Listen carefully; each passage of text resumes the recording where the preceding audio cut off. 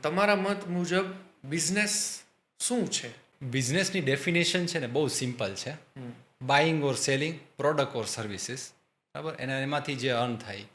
મારા જે year of experience આમાં થયો છે એમાં હું બિઝનેસની મારી જે ડેફિનેશન છે બહુ સિમ્પલ અને સરળ છે, જે આપણા શ્રોતાઓને બહુ ઇઝી લાગશે સમજવામાં.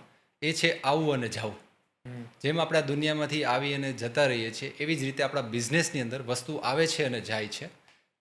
કઈ રીતે? In terms of transaction. A transaction હોઈ શકે રેવન્યુ આવે છે, એક્સપેન્સ થાય છે એટલે જાય છે. એ હોઈ શકે લોકો આવે છે, લોકો આપણા જાય છે, જે આપણા કર્મચારીઓ છે. એ હોઈ શકે આપણા કસ્ટમર આવે છે, કસ્ટમર જાય છે. એ જ રીતે આપણા વેન્ડર, ઇન્વેસ્ટર, આ બધી વસ્તુ જે થઈ રહી છે એને બિઝનેસ હું કહું છું. પણ બિઝનેસની અંદર જે વસ્તુ આપણે જોવાની છે ને આવવા અને જવાની વચ્ચે, એ છે તફાવત. ડિફરન્સ એટલે કેવી રીતે કે કાં તો એ નેગેટિવમાં હશે અને કાં એ પોઝિટિવમાં હશે. સો રેવન્યુ તમારો જે જનરેટ થાય છે, સામે તમારો જે એક્સપેન્સ થાય છે અને એમાંથી જે બચે છે જેને કહેવાય આપણે માર્જિન, બરાબર. જો એ પ્લસમાં હશે તો તમે સારો બિઝનેસ કરી રહ્યા છો. જો એ નેગેટિવમાં હશે તો તમારા બિઝનેસમાં ખાસ તમારા મોડલ પર ધ્યાન રાખો. તો મારા મત પ્રમાણે બિઝનેસ આ વસ્તુ છે. વાહ, ખૂબ સરસ. બિઝનેસ કેટલા પ્રકારના હોય છે? યસ, બિઝનેસના પ્રકાર અત્યારે ઘણા બધા થઈ ગયા છે. જેમ કે સ્ટાર્ટિંગ કરીએ તો service industry, manufacturing industry, okay. Trading industry, wholesaler industry, retail industry, અને નવામાં આપણે જોઈએ તો હવે સ્ટાર્ટઅપ્સ, વીસી ને આ બધી વસ્તુઓ થવા જઈ રહી છે. આપણે સૌરાષ્ટ્રની વાત કરીએ તો બિઝનેસ ઓનર છે, બહુ સારા બિઝનેસ પણ ચલાવે છે અને એ લોકો બહુ નાના સ્કેલથી એમની શરૂઆત હોય છે, બરાબર છે. અને એમના ઓર્ગેનાઇઝેશનની અંદર એમને એક ટિપિકલ વેથી સિસ્ટમ જનરેટ કરેલી હોય. હવે જે એક્ઝિક્યુશનની વાત કરી તમે, તો ઘણીવાર એ લોકો છે ને મેનેજ નથી કરી શકતા.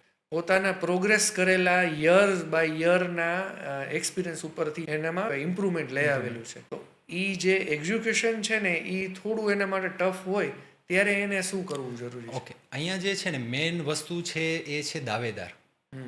કાબિલ વ્યક્તિઓની ઓર્ગેનાઇઝેશનમાં ખાસ જરૂર હોય છે. એટલે અહીંયા છે ને ડુઅર અને મેનેજરની પ્રોફાઇલ આઈડેન્ટિફાઈ કરવી પડે. 3 ટાઈપની પ્રજાતિ છે જે મેં આઈડેન્ટિફાઈ કરી છે.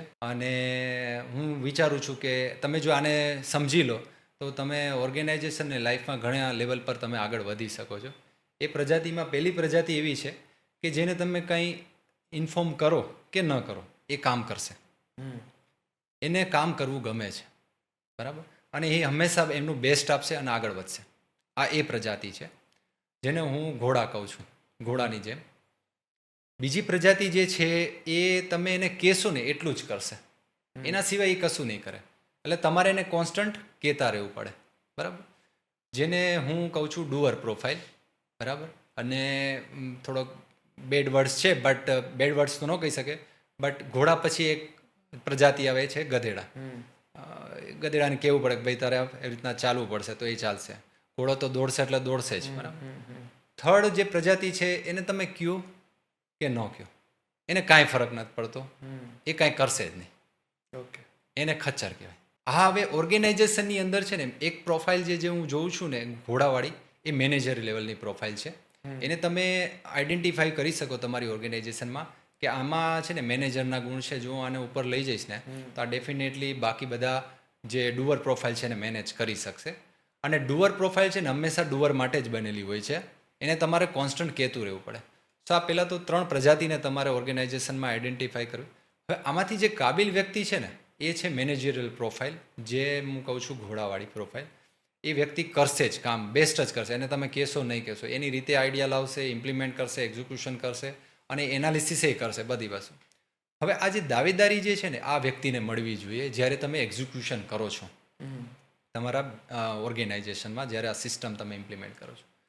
તો હવે તમારા સક્સેસના જે રેશિયો છે ને એ વધી જશે. અને અહીંયા મારી એક સ્ટડી છે કે તમે તમારા જે બિઝનેસ છે ને એને એઝ એ સામ્રાજ્ય જુઓ, એક એમ્પાયર જુઓ. જે રીતે પહેલાં રાજાઓનું રાજપાટ હતું એ રીતે. તો તમારું સામ્રાજ્ય છે અને એમાં જે તમારે રત્ન ફાઇન્ડ કરવાના છે, સેનાપતિ ફાઇન્ડ કરવાના છે કે જે તમારા રાજ્ય એટલે તમારા સામ્રાજ્યને આગળ વધારી શકે. અને આ જ્યારે એક્ઝિક્યુશનની વાત આવે છે ને ત્યારે આ સેનાપતિ, આ રત્નની ખાસ જરૂર હોય છે. For short content, please subscribe our second channel, Aspire Pod Clips.